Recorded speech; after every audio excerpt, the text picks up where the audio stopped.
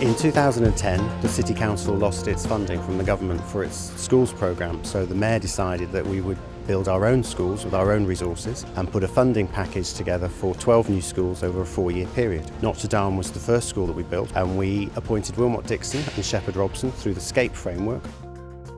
And what the SCAPE framework enabled Liverpool, ourselves along with our consultant team, was really to get under the skin of what they were looking for here on this site in Liverpool, what flexibility actually meant to them, trying to understand the educational aspirations of the building, but also how it sat within its context. From a school's point of view, we spent a lot of time working with our staff to find out what they wanted, what would suit them in the classroom, what would suit them outside the classroom, what sort of learning spaces did they want, what sort of staff support spaces would work for them, student support spaces. And we took all these things and worked to draw up plans that tried to incorporate the best of what everyone wanted. We had to rely on a lot of precast concrete, so we've got precast concrete lift shafts, precast concrete ground beams, precast concrete piles. The actual structure's steel with glulam beams. They're 56 metres long each. We used glulam, I think, just to get that bit of quality in the structure. We knew it was going to be seen, and it gives a little bit of warmth, something slightly different to what you'd see from a steel structure. The classrooms are at the perimeter of the building, which is fundamental to the Liverpool Schools model. They're naturally lit, naturally vented, and of a really good size, which allows for flexibility in teaching. As the design developed, we worked more and more on the theme of the buildings in the centre being clustered as a sort of village.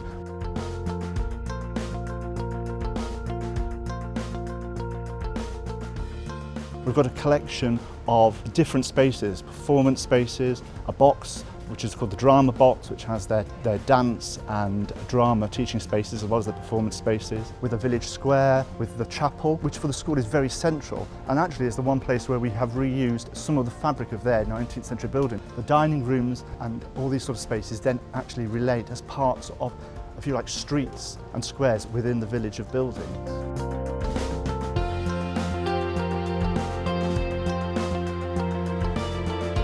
The model we developed here at Notre Dame is scalable and adaptable. So in the second school, Archbishop Beck College, it was a much larger school with extensive sports facilities and actually quite a different way of arranging the internal elements of the school to do with their pedagogy. The next school was Archbishop Blanche College, a girls' school.